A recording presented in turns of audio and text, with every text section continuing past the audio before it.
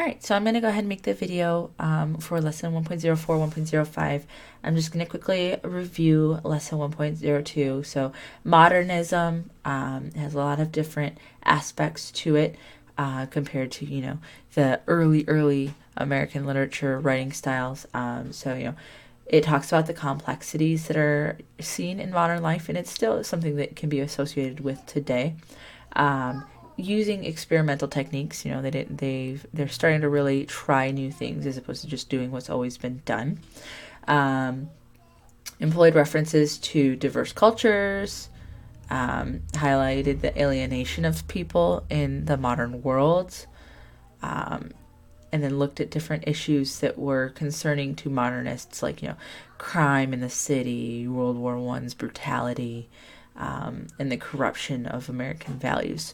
So you can definitely see the shift from what we've been looking at last semester versus what they are talking about now in modernism literature.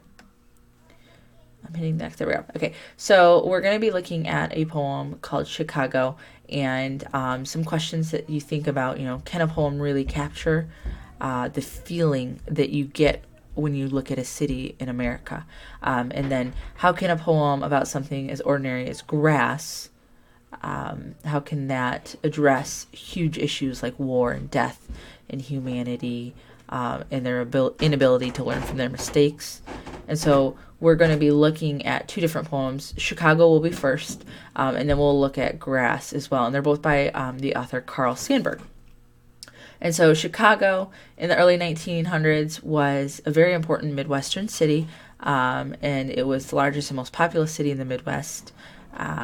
You know where it's located. And so being by the Mississippi River and on Lake Michigan, it was a huge trade location. And then we'll be exploring the poem's format as well and how it captures what it was like to live there. And so there's a YouTube link that you'll have in your class announcements, but the poem is right here for you as well. And so you'll notice it starts off, hog butcher for the world, toolmaker, stacker of wheat, player with railroads and nation's freight handler, stormy, husky, brawling, city of the big shoulders. They tell me you are wicked, and I believe them, for I have seen your painted women under gas lamps luring the farm boys. And they tell me you are crooked, and I answer, yes, it is true. I have seen the gunmen kill and go free to kill again. And they tell me you are brutal, and my reply is, on the faces of women and children I have seen the marks of wanton hunger.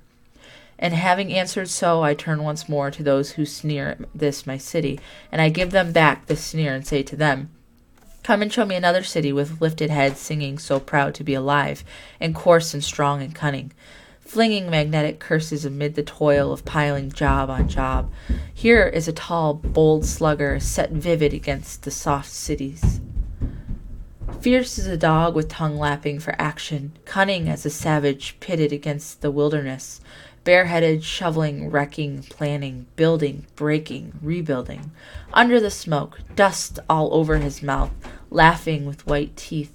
Under the terrible burden of destiny, laughing as a young man laughs, laughing even as ignorant fighter laughs who has never lost a battle, bragging and laughing that under his wrist in this pulse is the pulse, and under his ribs the heart of the people, laughing the stormy, husky, brawling laughter of youth, half-naked, sweating, proud to be the hog butcher, tool maker, stacker of wheat, player with railroads and freight handler to the nation. So that's the poem, and it's kind of all over the place, right? And so there's two different questions we're going to ask you about. How does he describe Chicago? So, hog butcher for the world, tool maker, stacker of wheat. So he defines Chicago. He lists the different things, the services that it provides, and he uses descriptive language. So he bounces around from one to the other, and it shows the energy and the vitality and the strength. And so that's the next question. He jumps from one topic to another really quickly, and that's kind of his way of showing that Chicago is always moving, it's always energetic, and it's multifunctional, and it's not just one thing. It's all of these different things. And And then why does he focus on the negative?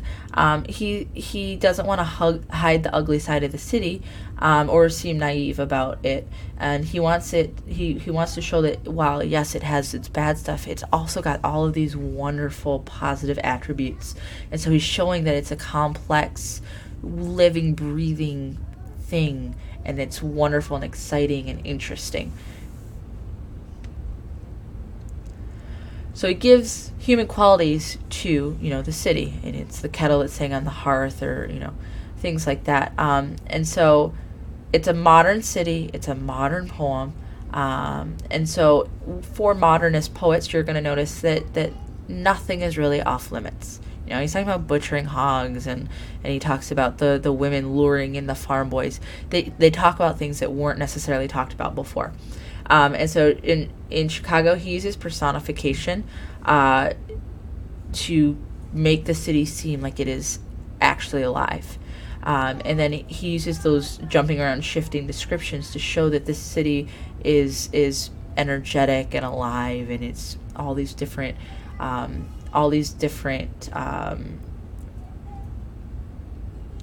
things, aspects about it.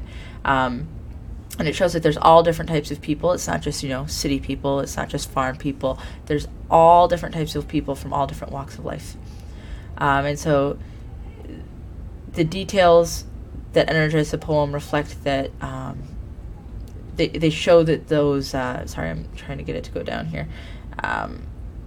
All the different aspects also talk about the different things that are important to modernist poets. So you remember they talked about, crime in the cities and the isolation and things like that. So he brings up all the crime and all the different hardships that they face in the city, while also looking at the positives in the city as well. He gives the city personification because he gives them the human aspect. It laughs, it brags, it rebuilds and breaks things. And so he is giving the city life. Now, moving on, I'm going to zoom out a little bit. There we go. Moving on to grass, we are going to be looking at how he experimented with who the speaker was. So in the last poem, it was all about the city being alive. In this poem, he is giving life in personification to grass. Literally grass beneath your feet. And so he uses illusions and different themes, and we're going to be looking at them. So he talks about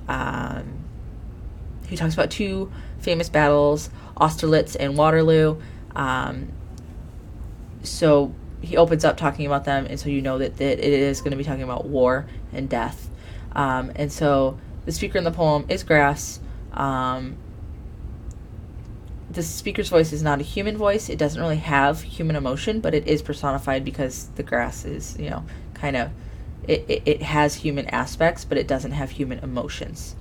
And so, you see that the grass has one task, and that's to grow, but it doesn't really feel or explain or interpret things.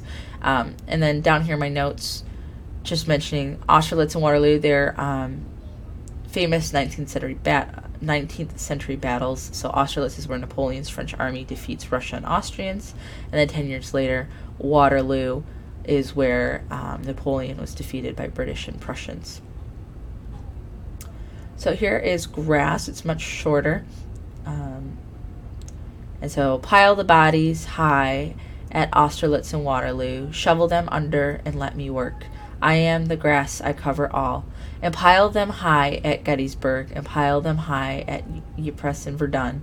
Shovel them under and let me work. 2 years, 10 years. And passengers ask the conductor, what place is this? Where are we now? I am the grass, let me work. So we're looking at it. During the battle, the grass is underneath the soldiers. It's waiting to do its work. It doesn't care about the violence. It's just grass. It just wants to grow. It wants to do its job. During the battle for the people, they're in the violence. They're caught up in the moment of, staying alive and watching their fellow brothers die. And so it's very emotional. After the battle, right after the battle, it's calm, doesn't care. It just says, just pile them high, bury them, and let me get back to work. For the people, they are shocked, they're grieving, they're losing their friends, and their families are back home. They're going to be devastated as well. And so the people are looking at how upset and they're trying to memorialize what happened, and the grass is like, whatever, let's get back to work. And then years after, grass doesn't judge people or whether they're right or wrong, to have forgotten what happened. It doesn't care if you guys forgot what happened at those sites. All it wants to do is grow, right? And then the people are forgetting, and they're asking, what happened here? They don't remember. They've moved on as well. Come on, there it goes. Okay. So a little bit about Carl Sandburg here. He was born in Galesburg, Illinois. He's the second of 7 children. He's of Swedish descent. His dad was a blacksmith. He only got an 8th grade education, then he had to go to work. He had a lot of different jobs as a teenager. He laid bricks, he delivered milk. He traveled the country as a hobo, returning to enlist to fight in the Spanish-American War. Oh, sorry. He did not see combat. He returned to Illinois and went to college. In college is where he realized that he was a good writer. And so he was a hobo, and he worked very young. And so that was something that was really close to him. So that was something that he wrote about a lot. And he was of liberal views, and you could tell in his writing. His poems were published in poetry magazines, and they thought that he had a very unique and original voice. And he didn't speak for them. He spoke like the working people. He got recognition, and he wrote about the race riots in Chicago as well.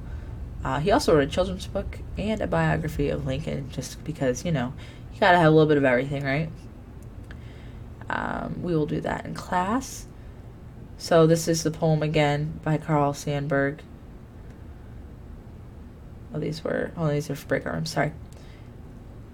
Alright, we will do these breakout rooms during class and talk about these during class. So, yep, this is all stuff we'll do during class. I will see you in class, and we'll have this all set up, and we'll go in and start talking about it then.